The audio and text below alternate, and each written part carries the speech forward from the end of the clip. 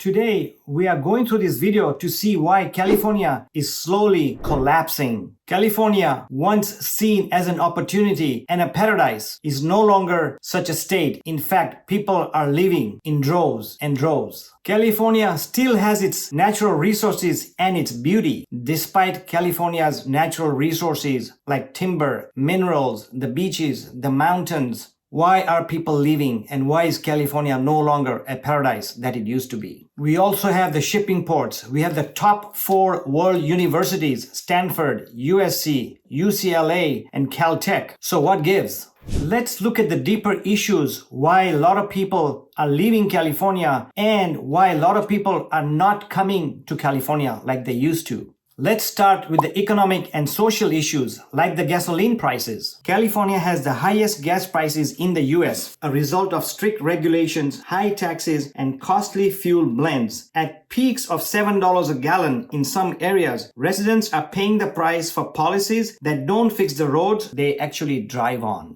Although prices are curbing down in the state, California still has the highest average cost per gallon in the country.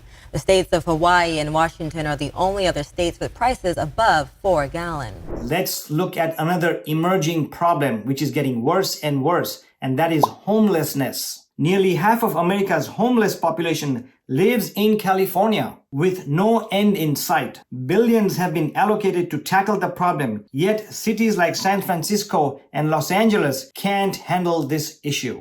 After the latest point-in-time count of San Francisco's homeless population in January, the city has now analyzed the data. The Department of Homelessness and Supportive Housing said the latest count found just over 8,300 sheltered and unsheltered homeless in San Francisco, compared to just over 8,000 2 years ago. In 2024, Los Angeles found itself grappling with a startling 28% surge in homelessness, as the number of unhoused individuals swelled to a jaw-dropping 119,141. Let's look at the situation with immigration and education. With 27% of Californians being foreign-born, diversity enriches the state, but integration and public services are stretched too thin. With more and more immigrants and foreigners coming to California on a daily basis, it is putting an extra strain on our immigration system, on our education system, on our health system, and our transportation system. In fact, statistics show that over half of all California workers are immigrants or children of immigrants. Have you left California or are you thinking about leaving California? And if you have already left California, tell us and share us why you left California or why you would leave California. One of the biggest impacts that is having on California in general, whatever the reason is on our education system. California schools, once top ranked, now lag behind with test scores falling below national averages. What happened to our educational system? Used to be California was in the top 10. Now it seems like it's in the bottom 10 in statewide rankings. Along with all these challenges, is our standard of living in California deteriorating? Let's talk about crime.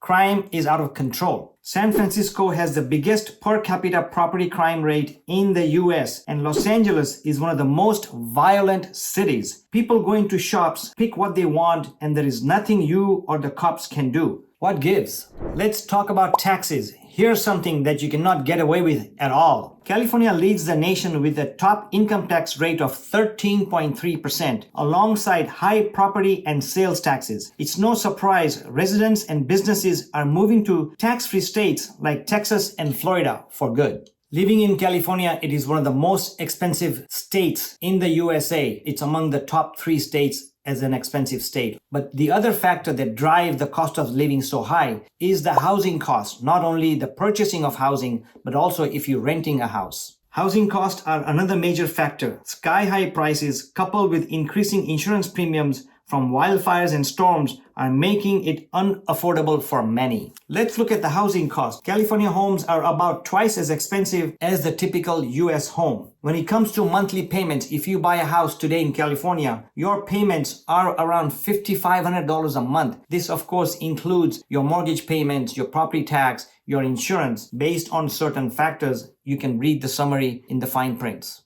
It's an American dream to buy a house in California.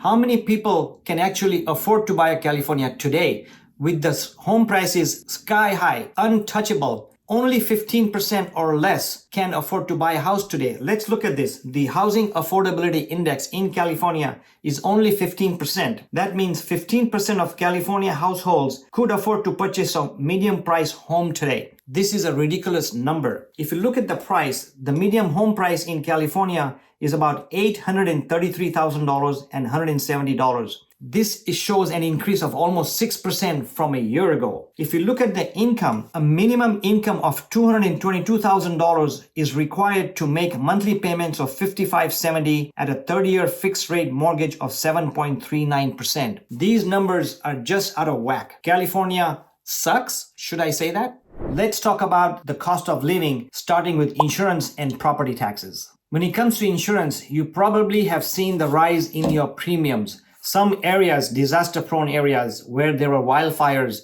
and other disasters, rates have doubled, tripled, quadrupled in insurance. They range anywhere from $2,500 a year, which is an average for the USA. They range $5,000 to $8,000 per year compared to other states. So insurance is a big killer, and you cannot get away with it because if you have a home loan, a lot of the lenders require to have insurance, so you still have to pay, and that hurts your pocketbook. What's causing these high insurance premiums in California? Well, there are several factors. One is that the regulations and delays in Sacramento in controlling and regulating these policies is out of control and way behind schedule. It takes 1 or 2 years to pass through these policies. The second thing is the high cost of labor and the high cost of materials. So when the insurance has to fix these and pay you these amounts, it costs them significantly higher than before. So now they are passing on these costs onto us consumers. And the huge fire disasters and the rain disasters and the storm disasters, which we saw in the last 3 to 5 years, has caused significant damages into the billions and billions of dollars. So when the insurance has to pay off this money, they pass all these costs to us. Fires and storms are increasing at an alarming rate. Is this because of the climate change? Who knows? One of them, a woman who survived the Camp Fire in Northern California back in 2018, only to see her home burned to the ground. As KCAL News reporter Jasmine Veal shows us, she is still determined to move forward. The storm system occurs when a cyclone intensifies rapidly.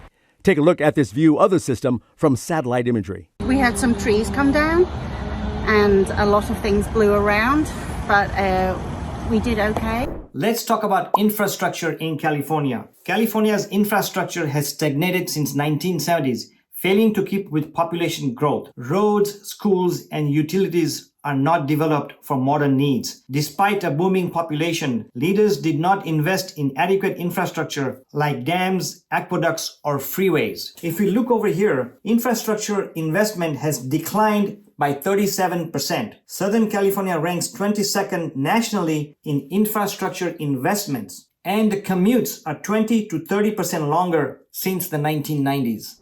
Silicon Valley is in California, world-known Silicon Valley. So let's look at the influence of tech and the political influence that it has. Tech giants like Google and Apple and Tesla and Meta concentrate immense wealth in California, driving political influence and monopolies. While their success brings global prestige, it exacerbates income inequality. Political control is heavily influenced by tech giants and their funding. They help finance political campaigns, including influencing the 2020 election and the most recent 2024 elections. How much did Elon have an impact on the campaign this year?